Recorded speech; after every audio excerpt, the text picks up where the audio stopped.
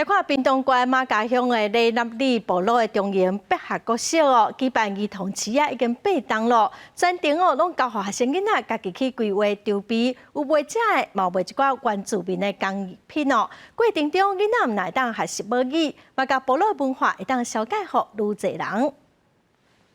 那我看到的孩子是这学期的成长真的非常的让人惊艳啊！学生穿原住民服装，伫台顶甲舞舞，也就是台湾族语阿公阿嬷的意思，做伙演唱传统歌曲，宣告李纳里儿童市集正式开幕。 大家当为学生囡仔无用试试，热情向每一个人客小解因的产品。使用了这个蓝晒，蓝晒就是它的颜料上面就是只要触碰到太阳的紫外线，就会变成蓝色，然后只要有东西盖在上面，它就会浮现出它的那个图案。我们班自己用的芋头干，然后把芋头干做成，就是里面有沾那个巧克力，然后就是有2种口味。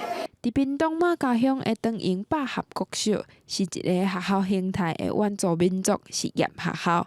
部落知识结合伫文化课程内底，帮囡仔传承部落基脑的经验甲基价。这个儿童市集3个月就办一届，互外界了解囡仔的学习，别通甲社区互动。长隆百合儿童市集其实它的目的是儿童加上儿童，就是以儿童为主体，就希望他们在整个文化的学习跟教育的学习产生了火花，激荡出很多更美好的创作。小小的单位点点滴滴拢是囡仔的心血。校长讲，透过市集，学生囡仔会当分享回馈社区，各通发挥想象力甲创造力，展现学习成果。记者综合报道。